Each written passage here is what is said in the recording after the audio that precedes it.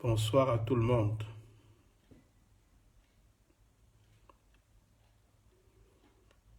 Les premiers arrivés sur le direct, bien vouloir partager. On va avoir une petite conversation sur la page de la brigade anti-sardinard en relation avec les récentes actualités.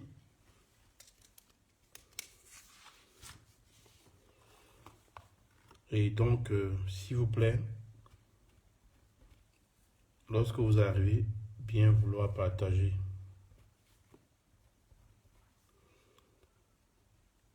Donc, on va avoir une petite conversation. Le premier arrivé sur la page, partage, s'il vous plaît. Oui, celui qui vient d'arriver là, s'il te plaît, fais un petit partage. Cette page n'est pas encore connue du public. Aidez-nous à rendre cette page populaire. Vous savez, nous sommes en train de préparer déjà les élections de 2025. Et voilà, il est temps déjà de monter en puissance avec les pages afin d'aider le professeur Maurice Kamto à devenir président de la République. Donc, s'il vous plaît, partagez. Soyez gentils, faites un petit tour de partage.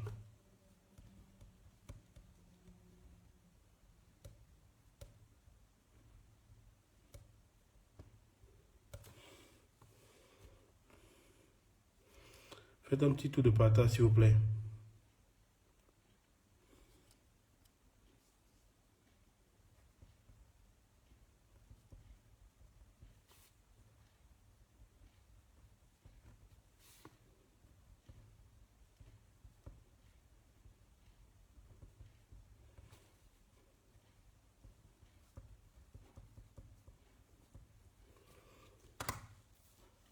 Alors, Torodo Foula, s'il te plaît, partage, un petit tour de partage. Avant qu'on ne commence à avoir une petite conversation sur quelques thèmes que j'ai sélectionnés et qui ont marqué l'actualité cette semaine. C'est des thèmes en relation avec l'actualité au Cameroun, d'une part, et d'autre part, l'actualité en Afrique. Alors, s'il vous plaît, partagez. Aussitôt qu'on est à peu près 2, 3, 4, 5 personnes, on va commenter quoi, cette petite actualité-là. Et puis, la spécificité d'aujourd'hui, c'est que celui qui veut monter sur le direct pour parler va juste faire la demande et il pourra donner son point de vue par rapport à l'actualité. Je peux déjà un peu vous donner le thème. C'est d'un côté, vous savez, Pangangere contre Nganou Djoumessi. Vous savez un peu que ces derniers temps, Pangangere, en se rendant sur Moutengene, a failli faire l'accident. Et il paraît que c'est là où il a découvert que les routes au Cameroun n'étaient pas en bon état, quoi. Il s'en est plaint. Nous allons analyser l'actualité par rapport à ces déclarations. Et surtout, nous allons aussi développer le point de vue de M. Nganou Djoumessi. Parce que suite à la déclaration de Mbangangele, Nganou Djoumessi a pris la parole et il s'est défendu. On va développer cela tout à l'heure. La deuxième partie, c'est une actualité africaine. Ça concerne l'arrivée massive des Libanais en Côte d'Ivoire. Et le fait qu'une grande partie de la population ivoirienne ne voudrait pas du tout que leur pays soit envahi par des extrémistes chassés au Liban, chassés au sud Liban. On va développer ça tout à l'heure, quoi. J'ai dit, Torodo Foula, s'il te plaît, partage dans différents groupes comme tu peux. Et tout à l'heure, on va développer, quoi. Aussitôt qu'il y a deux personnes qui sont là, et on pourra développer. Ah, Tolo de Foula, j'aime déjà ton profil. C'est le profil du panafricaniste, du grand président du Mali, Assimi Goïta. Un vrai homme. Quelqu'un qui a des couilles. Voilà. L'Afrique a besoin des leaders comme Assimi Goïta, comme le capitaine IB et le président du Niger, le général président du Niger. L'Afrique a besoin de ces leaders-là, avec des leaders nationalistes qui pensent d'abord à l'intérêt des populations, qui pensent d'abord à l'intérêt du peuple, avant de se préoccuper de ce que l'Occident va dire. Donc, je vais dire, quand on voit ce que le capitaine Traoré est capable de faire, on se dit que waouh. Voilà. En tout cas, lui, il est l'incarnation de Thomas Sankara. C'est la preuve que on peut tuer l'homme, mais on ne peut pas tuer ses idées. Les idées de Thomas Sankara sont intemporelles. Hein? Le panafricanisme, le souverainisme en Afrique. Voilà les idées maîtres de la pensée du capitaine Thomas Sankara, qui a malheureusement été assassiné par ce port de Blaise Compaoré. Le gros port de Blaise Compaoré qui est aujourd'hui réfugié en Côte d'Ivoire. Alors je le dis, voilà, nous sommes à peu près 3, on va développer. En fait, dans l'actualité cette semaine, on a eu la bombe qui est explosée du côté de Yaoundé. Le délégué général à la sécurité nationale, pour ceux d'entre vous qui ne savent pas qui est le délégué général, quel est son rôle, je m'adresse ici à Torodo Foula, le délégué général à la sécurité nationale, c'est l'équivalent de ce qu'on appelle certainement au Mali, le ministre de l'Intérieur. C'est une sorte de ministre de l'Intérieur. Alors, ce dernier s'est rendu dans le sud-ouest du Cameroun, dans le cadre d'une visite à une école de formation des policiers. Et il paraît que au cours du trajet depuis Yaoundé, la capitale du Cameroun, vers cette école de police qui est située dans le sud-ouest du Cameroun, il a risqué sa vie à plusieurs fois à cause de l'état des routes. De retour, il s'en est ouvert. Il a critiqué de façon indirecte le ministre des Travaux publics, M. Nganou Djoumessi.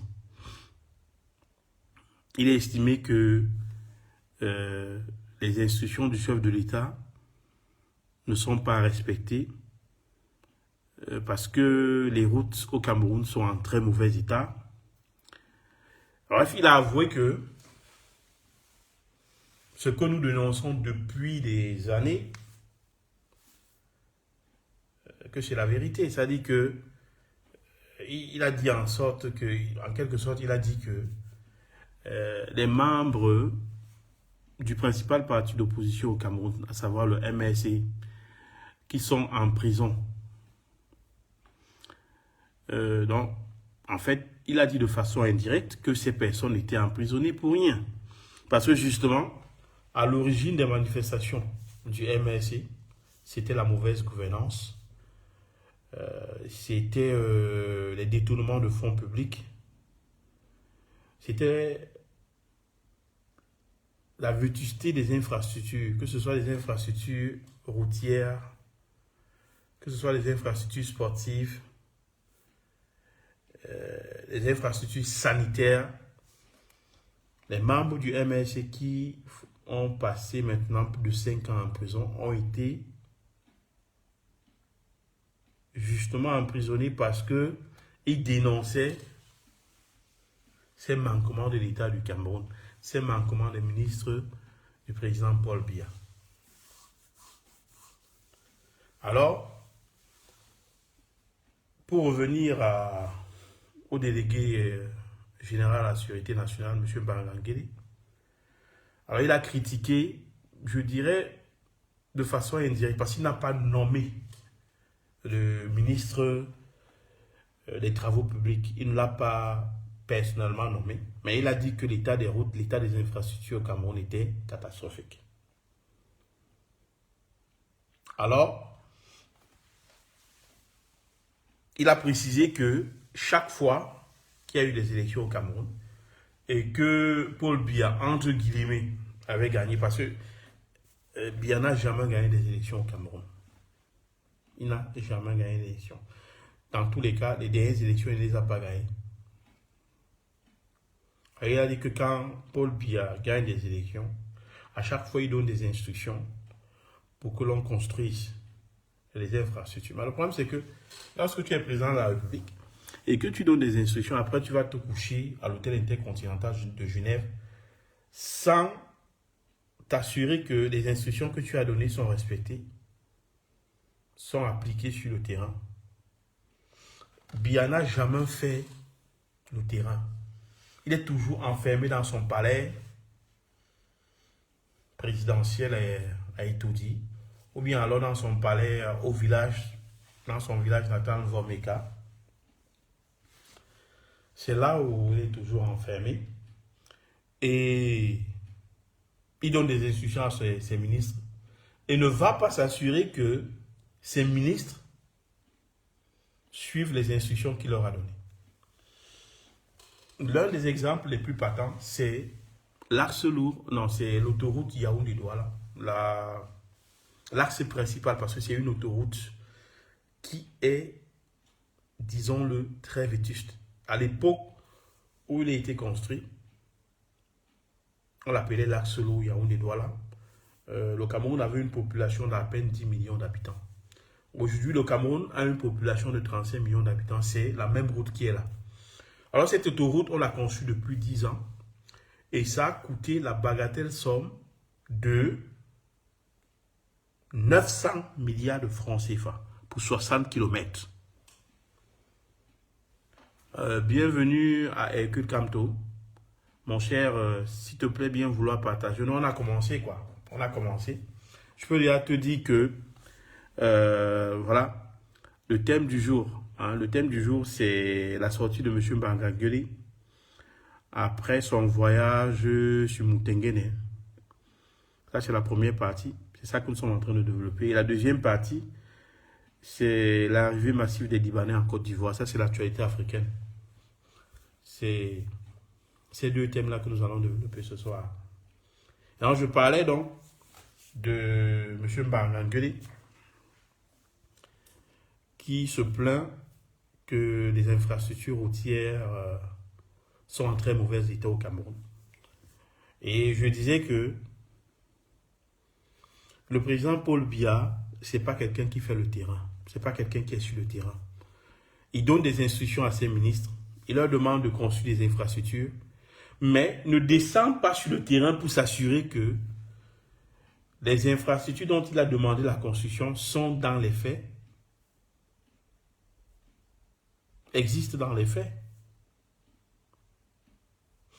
Et je prenais le cas de l'autoroute Yaoundé-Douala, qui est construite depuis maintenant 10 ans et qui a coûté la bagatelle somme de 900 milliards de francs CFA aux contribuables camerounais. 900 milliards de francs CFA pour construire 60 km.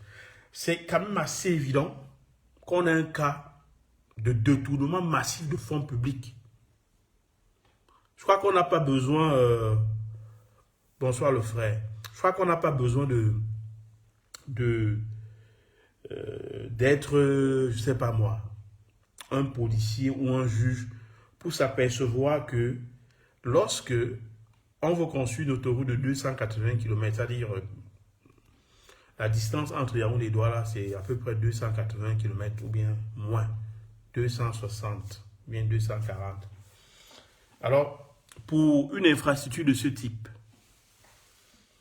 lorsqu'on dépense 900 milliards pour 60 km, ben, il est assez clair qu'en l'espèce, il s'agit de détournement de fonds publics.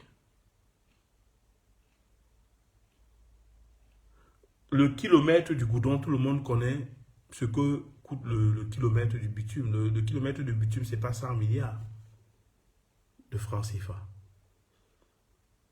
Si le président Paul Biya se déplaçait, c'est-à-dire que lorsqu'il demande la construction d'une autoroute entre Yaoundé et Douala, et qu'on lui dit, son excellence, on a lancé des travaux,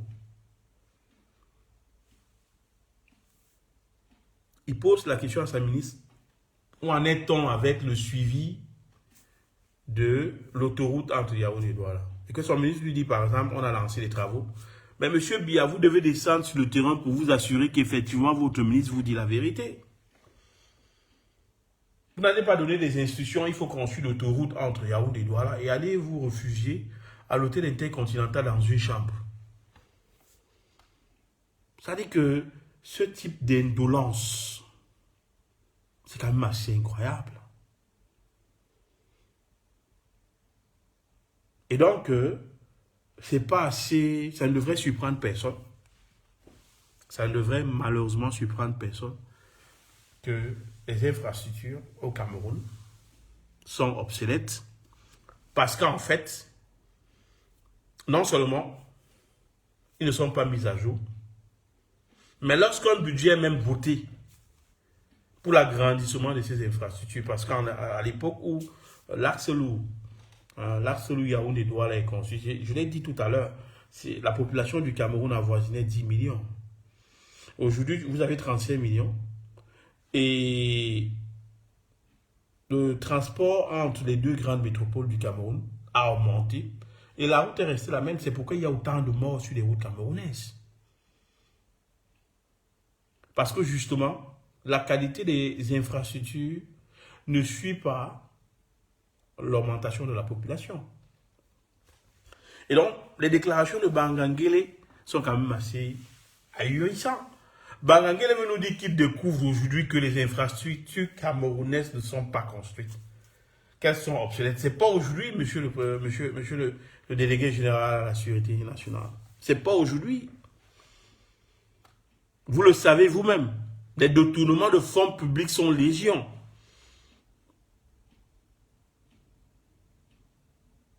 Et qu'à ce jour, que M. Nganou Ndjoumessi ne soit pas inquiété, c'est la preuve que, autour du chef de l'État, quand il vole, il distribue de l'argent là-bas. C'est-à-dire que le projet de l'autoroute entre Yaoundé et Douala, sur près de 260 km, on vous dit que 60 km sont achevés et que les 60 km ont coûté 900 milliards. Mais on comprend où va cet argent. Nganou Ndjoumessi, quand il reçoit cet argent, il le partage avec certains membres du gouvernement, ou alors avec les conseillers du président Paul Biya, ou avec les membres du secrétariat général, les membres du cabinet civil de Paul Biya. Voilà où va cet argent. Alors, M. Bangangele ferait mieux de ne pas être hypocrite, parce qu'il fait partie de cette mafia. Il sait bien ce qui se passe. Arrêtez de prendre les Camerounais pour des cons. Vous savez depuis longtemps que la mauvaise qualité des infrastructures routières au Cameroun est liée au fait que vos collègues, et surtout ici parce que c'est le ministre des Travaux publics, c'est Nganou Ndjoumessi, c'est à lui qu'on remet cet argent et qui ne fout rien avec. Une chose est sûre, c'est que Nganou Ndjoumessi et tous ceux qui détournent l'argent, tous ces Camerounais qui meurent sur les routes tous les jours, vous portez leur mort sur votre conscience. Ça, c'est une vérité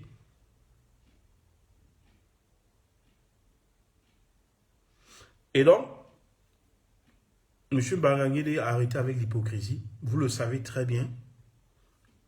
Nganou Djoumessi, lorsqu'il reçoit l'argent qui est prévu pour la construction de ces infrastructures, une partie disparaît au niveau de la présidence de la République. C'est pour cela qu'à chaque remaniement du gouvernement, il est toujours là. Parce qu'il prend une partie de cet argent, il arrose l'entourage du président de la République. Et quand le président de la République demande si Nganou Djoumessi a construit des infrastructures, c'est le cercle autour du président de la République qui va dire que oui, il fait très bien son travail et qu'il faut le maintenir. Parce qu'il sait arroser tout le monde autour du président de la République. Ben, comme vous le savez, le Cameroun, c'est une sorte de mafia. Après les déclarations de M. Mbangangele, Nganou Djoumessi, le ministre des Travaux publics, ne s'est pas fait prier. Hein. Il a riposté. Nganou Djoumessi accuse à son tour M. Motazé, le ministre des Finances,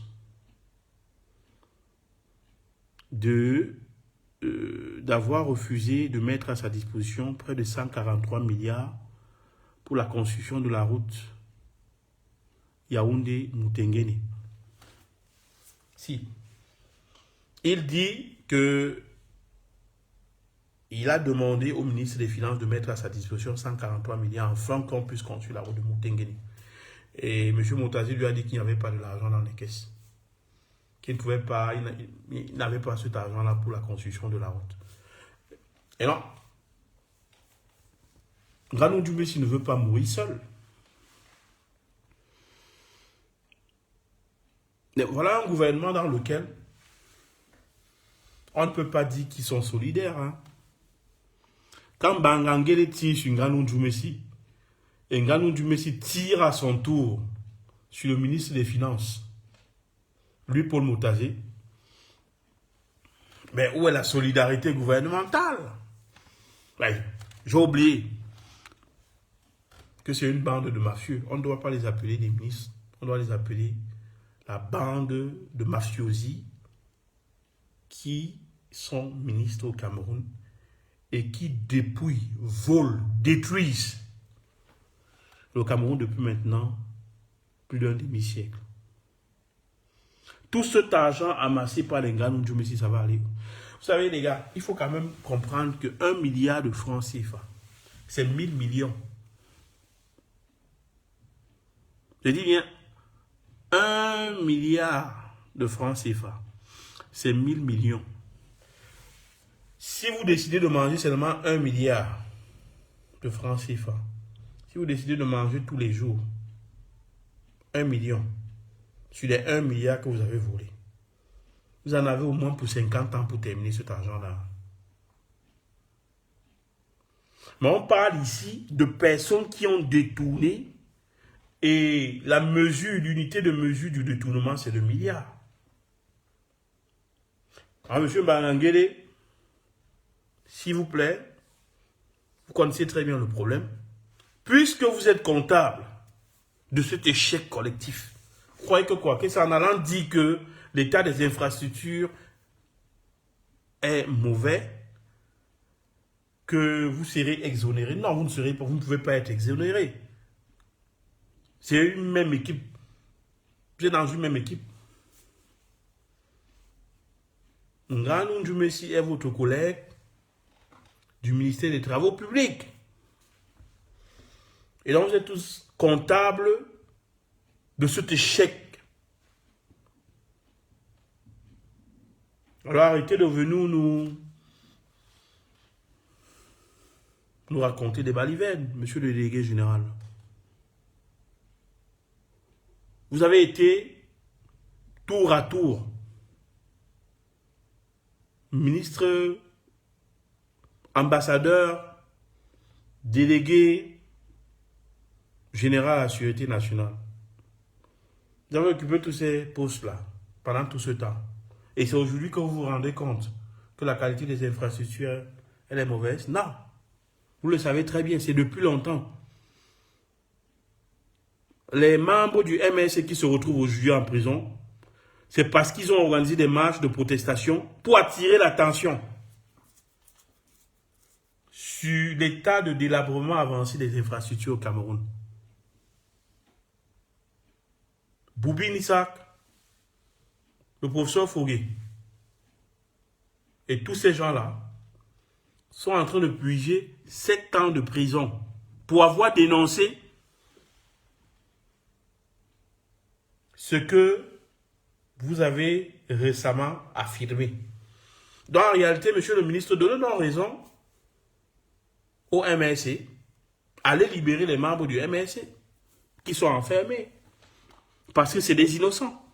Si vous-même, vous vous rendez compte, vous dénoncez. Voilà, Kukanto. Ce sont les patates d'un même si on suis parfaitement d'accord avec vous, l'ami. Je dis, Kukanto, tu peux prendre la parole. Là, ça dit que tu peux faire une demande et je vais te passer la parole. On peut commenter l'actualité ici ensemble. Fais juste une demande et je vais te faire monter sur le truc. Tu pourras aussi commenter. Ce sont les patates d'un même sien. Donc je dis, monsieur le délégué général de la sécurité nationale, vous dénoncez ce que les membres de l'opposition, les membres du MRC ont dénoncé en organisant une marche. Et ils se retrouvent en prison et ont reçu des juges corrompus 7 ans de prison ferme. Mais de qui se moque-t-on à la fin? De qui vous moquez-vous? Des Camerounais? Non. Vous vous moquez de vous-même, monsieur le délégué général à la sécurité nationale. Nganou Djoumessi, c'est un champion du détournement du fonds public, des fonds publics. Vous le savez très bien. Pour peu que vous vous êtes rendu à Moutenguene et que vous avez failli claquer, mourir dans un gros 4x4 que les Camerounais ont payé de leur propre poche encore pour vous permettre d'aller vous balader à Moutenguene. Voilà que vous rentrez, vous devenez subitement révolutionnaire. C'est aujourd'hui que vous vous rendez compte que les infrastructures sont mauvaises au Cameroun. Vous le savez depuis longtemps, ces infrastructures sont mauvaises du fait que vos collègues détournent les fonds publics au quotidien. Voilà la vérité. Alors, je vais passer à la deuxième partie du direct de ce soir. Et c'est en relation avec l'arrivée massive des Libanais en Côte d'Ivoire. Et voilà. Ce problème me tient à cœur. Pourquoi? Parce que voilà, en tant que panafricaniste, la guerre au Liban, les bombardements de l'armée israélienne dans le sud du Liban poussent de nombreuses personnes, disons des Libanais qui habitent dans le sud du Liban, à fuir les combats pour aller se réfugier en Côte d'Ivoire. Quand on sait que ces Libanais sont arrogants, que ces Libanais sont racistes, ben, on se fait du souci.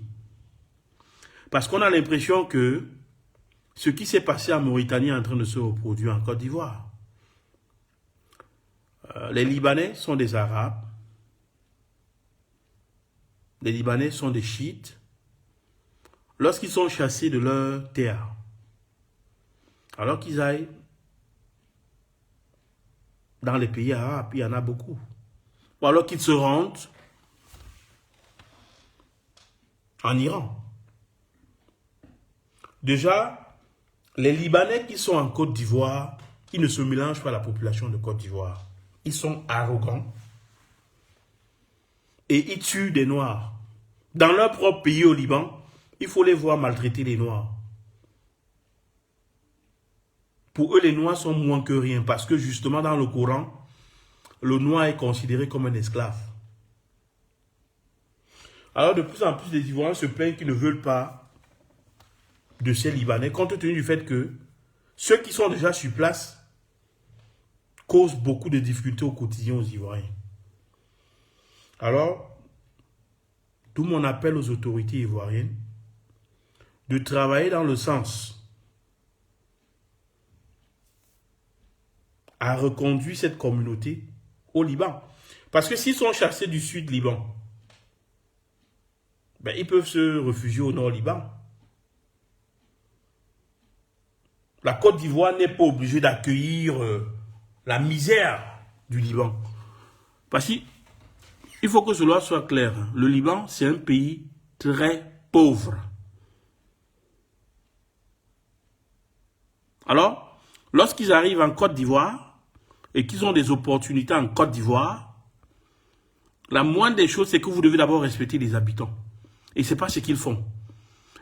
Ils se rendent coupables des crimes, ils se rendent coupables des viols et ils tuent et sont protégés par des gens haut placés dans l'administration ivoirienne. Cela ne peut plus continuer. Le peuple de Côte d'Ivoire doit savoir que ce qui s'est passé en Mauritanie, avec une minorité de Blancs qui dirigent le pays, pourrait se passer en Côte d'Ivoire. L'arrivée massive de ces chiites libanais, parce qu'ils viennent de ils viennent de la partie sud de Beyrouth. C'est-à-dire que ces populations qui se retrouvent aujourd'hui, qui vont massivement en Côte d'Ivoire, c'est à la suite des bombardements israéliens. Ils viennent du sud Liban. Et le sud Liban, c'est des chiites qui sont connus pour être des personnes violentes, insolentes, qui considèrent le noir comme étant l'esclave parce que Mahomet aussi possédait des esclaves. Donc je le dis, je peux comprendre que les populations de Côte d'Ivoire sont inquiètes sur l'arrivée massive. On parle de près de 200 000 Libanais du sud de Beyrouth qui, à la suite des bombardements massifs de l'armée israélienne, ont décidé d'aller se réfugier en Côte d'Ivoire. Moi, ce que je n'arrive pas à comprendre, c'est qu'au niveau de l'ambassade, comment se fait-il qu'au niveau de cette ambassade, on leur distribue des visas? Ça veut dire qu'il y a quelqu'un qui est corrompu dans cette ambassade de Côte d'Ivoire et qui remet des visas à des personnes mal intentionnées. Parce que ces Libanais, surtout ces chiites, sont connus pour être des personnes qui méprisent ceux qui ne sont pas dans leur religion. Alors, il faut faire très attention. Et alors, je le dis encore, peuple de Côte d'Ivoire, ne laissez pas votre pays envahir par des personnes mal intentionnées, des personnes qui refusent de se mélanger à la population de la Côte d'Ivoire. Il y a la guerre au Liban. Et puis quoi encore? La Côte d'Ivoire n'est pas obligée d'accueillir la misère libanaise. Je dis encore, le Liban, c'est un pays pauvre.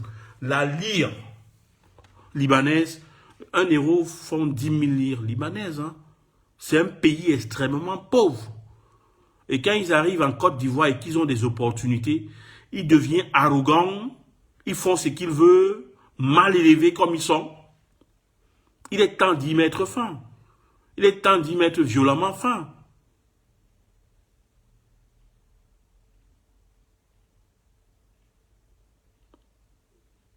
Dans le peuple de Côte d'Ivoire, en tant que panafricaniste, nous vous soutenons dans tout type de combat que vous allez mener visant à recouvrir la souveraineté de la Côte d'Ivoire. Si pour cela, il faut rapatrier ces Libanais, il va falloir le faire. Ne les laissez pas s'installer en Côte d'Ivoire. Qu'ils se rendent, qu'ils aillent dans les pays arabes. Qu'ils aillent rester avec leurs frères arabes, ou bien qu'ils rentrent en Iran. Parce que justement, toute la bande, toute la partie sud de Beyrouth, là, c'est les chiites. Et qui rentrent en Iran, qu'ils aillent en Iran, là où il y a beaucoup de chiites. Parce que quand ils entrent en Côte d'Ivoire, avec les sunnis qui sont en Côte d'Ivoire, ça va créer des tensions religieuses.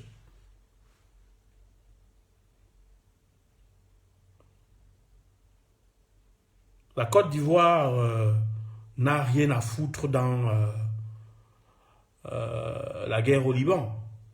La Côte d'Ivoire n'est pas obligée d'accueillir la misère qui vient du Liban. Quand je parle de misère, c'est sur un triple plan, hein. Le plan moral, le plan social et le plan économique. Parce que ces chiites qui viennent du nord Liban, quand ils arrivent quelque part, ils causent toujours la merde. La Côte d'Ivoire n'a pas besoin d'eux. La Côte d'Ivoire ne va pas accueillir la misère du Liban.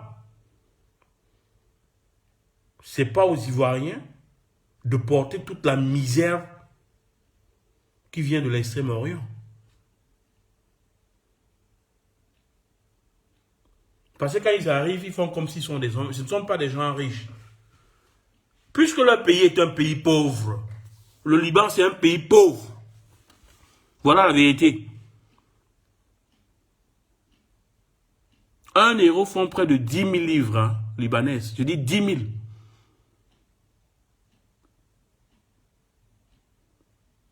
C'est un pays qui a des déficits structurels à tous les niveaux. Et quand ils arrivent en Afrique, ils se prennent pour des seigneurs, font ce qu'ils veulent. C'est-à-dire qu'il va falloir que les frères africains, qui sont à un haut niveau de l'État ivoirien et qui occupent des postes de responsabilité, qui couvrent ce type de crimes-là, qu'on s'en prenne à eux. Le peuple noir a assez souffert. On ne peut plus accepter ce genre d'injustice. Même s'il y a la guerre au Liban, qui reste au Liban?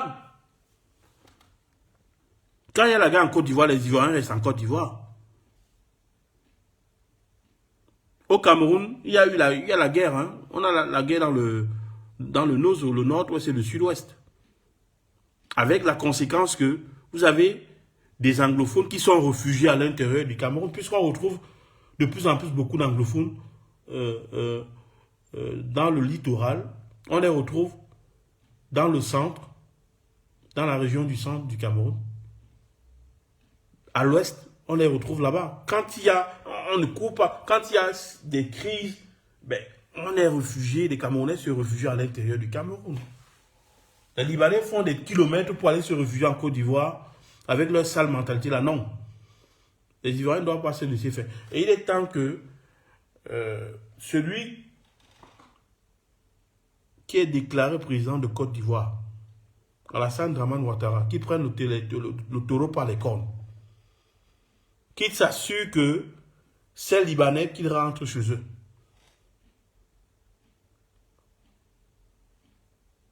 Il y a certainement un homme corrompu à l'ambassade de Côte d'Ivoire là, qui est en train de distribuer les visas aux Libanais et qui débarque tous les jours à Abidjan. Ça veut dire que quoi?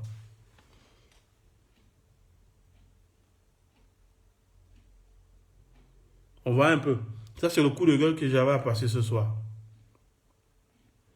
Oui, Écoute, tu as raison. Écoute, quand tu as raison. Ce sont des galériens, ils promènent ici, ils vendent les moulinettes. Ouais, même au Cameroun. Même au Cameroun, c'est des vrais galériens, c'est des gens qui sortent de la misère. Et lorsqu'ils arrivent dans ces pays d'Afrique et qui trouvent des opportunités, au lieu de se calmer, ils arrivent et ils veulent dominer tout le monde. Non. Si c'est pour cela, vraiment, cette fois-ci, on va les faire rentrer d'où ils viennent, par la force.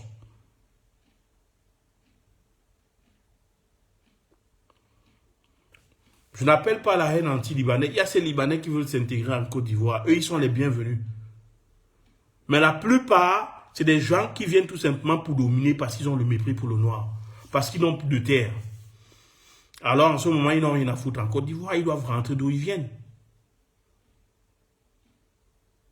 Ben, c'est ça. Ok. Les gars, c'est tout ce que j'avais à dire ce soir. J'espère qu'on aura l'opportunité de se voir encore, de pouvoir discuter cette semaine.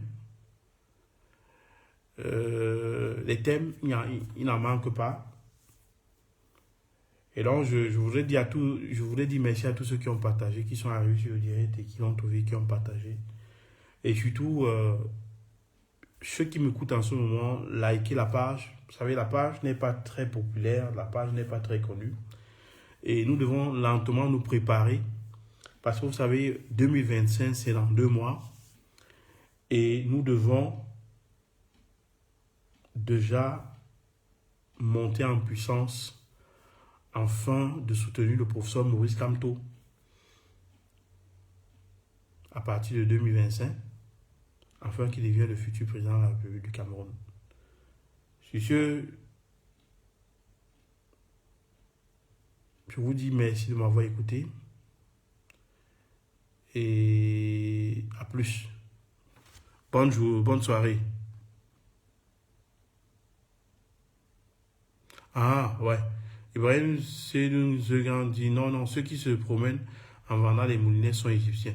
Il n'y a pas de problème, vous pouvez monter sur le direct, non? Faites la demande, là je vous envoie, vous montez sur le direct, vous n'êtes pas obligé de révéler votre face, vous pouvez tout simplement retourner votre caméra, là on discute. Ouais, ici c'est la discussion est anonyme, hein, la discussion est anonyme. Vous savez, moi j'ai choisi de faire ce type de direct parce que j'estime que la résistance, c'est pas une question de personne. Lorsque vous rentrez en révolution, c'est pas une question de personne. C'est le peuple d'abord. Et l'expérience montre que lorsqu'on devient populaire au sein de la résistance, on a tendance à prendre la grosse tête parce qu'on a une popularité sur Facebook. Et pour éviter ça, c'est mieux de rester dans l'anonyme et de développer des thèmes marquants de l'actualité pour sensibiliser, pour moraliser les gens. Je veux dire, j'apprécie vos contributions, mais à l'avenir, moi, j'aurais souhaité que vous preniez la parole, vous retournez la caméra, comme je le fais en le retournant sur le mur, et vous donnez votre point de vue. Voilà un peu quoi. En tous les cas, je vous souhaite une bonne nuit et au plaisir de vous revoir demain. Merci.